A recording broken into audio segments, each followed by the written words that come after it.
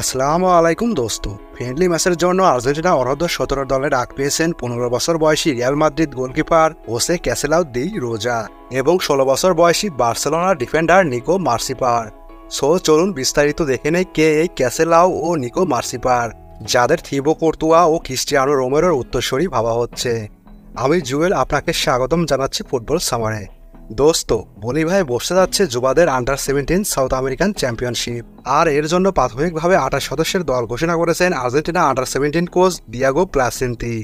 Diego প্লাসেন্তিকে হয়তো অনেকেই চিনেন, যিনি গত বছর আন্ডার-17 ওয়ার্ল্ড কাপে আর্জেন্টিনা আন্ডার-17 দলের দায়িত্বে ছিলেন। তার আন্ডারে এসিভেরি মাস্তানতুনোর মতো অনেক প্লেয়াররাই বিশ্ব ফুটবলে আলোচনা সৃষ্টি করেছিল এবং টুর্নামেন্ট জুড়ে আর্জেন্টিনা আন্ডার-17 অসাধারণ অ্যাটাকিং ফুটবল খেলেছিল। এবারও তার কাঁধেই ভরসা রাখছে এএফএ তথা আর্জেন্টিনা ফুটবল ফেডারেশন। প্রথমে জানিয়ে রাখি, মূল টুর্নামেন্ট শুরুর আগে দুইটা ফ্রেন্ডলি ম্যাচ খেলবে প্লেসেন্তের দল। প্রথম ম্যাচ আগামী মঙ্গলবার 28 মে আর্জেন্টিনার সময় বিকাল 3টা, প্রতিপক্ষ উরুগুয়ে। দ্বিতীয় ম্যাচ বৃহস্পতিবার 30 মে সকাল 10টা, প্রতিপক্ষ যুক্তরাষ্ট্র। দুইটা ম্যাচই অনুষ্ঠিত হবে লিওনেল মেসি প্রেমিসিস মাঠে।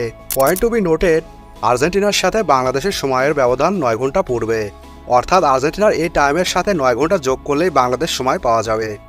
যাই হোক, মূল পয়েন্টে আসি। দিয়াগো প্লাসেন্তেনের এই দলে সারপ্রাইজ বা চমক হিসাবে এসেছে দুইটা নাম, নিকো মার্সিপার ও হোসে ক্যাসেলাউ। প্রথমে দেখে নেই কে এই নিকো মার্সিপার। নিকো মার্সিপার স্পেনে 2008 সালে জন্মগ্রহণ করেন, কিন্তু তার বাবা মা আর্জেন্টাইন, যারা 1999 সালে স্পেনে পাড়ি দেয়। নিকো মার্সিপার ছোটবেলা থেকে আর্জেন্টাইন ক্লাব ইউনিয়ন দি সান্তা ফের একজন বড় ভক্ত।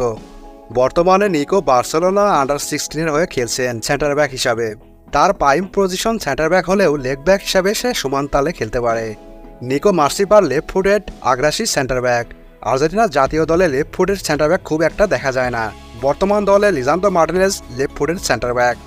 তবে নিকো মার্সিপারের খেলার ধরন অনেকটা ক্রিস্টিয়ানো রোমেরোর মতোই অ্যাগ্রেসিভ, যে সার্চ করতে ডমিনেট করতে পছন্দ করে। তাই অনেকেই তার মাঝে ক্রিস্টিয়ানো রোমেরোর ছায়া দেখতে পাচ্ছেন। এবার আসি হোসে ক্যাসেলাউ দি রোজাতে।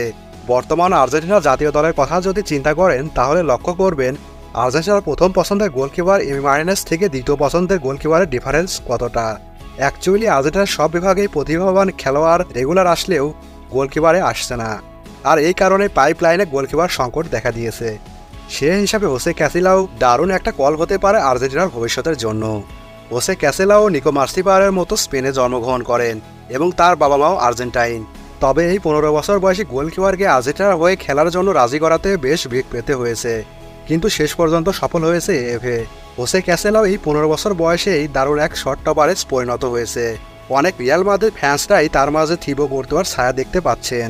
আমি পার্সোনালি হোসে ক্যাসেলাউ ও নিকো মার্সিপারের এই কল আপ দুইটাকে হাইলি রেট করব। দুজনেই খুবই প্রতিভাবান, দুজনেরই স্পেনের হয়ে খেলার সুযোগ ছিল, কিন্তু তারা বেছে নিল আর্জেন্টিনাকে। এই কারণে অবশ্যই আর্জেন্টিনা আন্ডার-17 কোচ দিয়াগো প্লাসেন্তেকে ও আর্জেন্টিনা ফুটবল ফেডারেশনকে ধন্যবাদ দিব। আপনি কি মনে করেন? আপনার মতামত কমেন্ট বক্সে জানান। সাবস্ক্রাইব, লাইক, ফলো দিয়ে সাথে থাকবেন।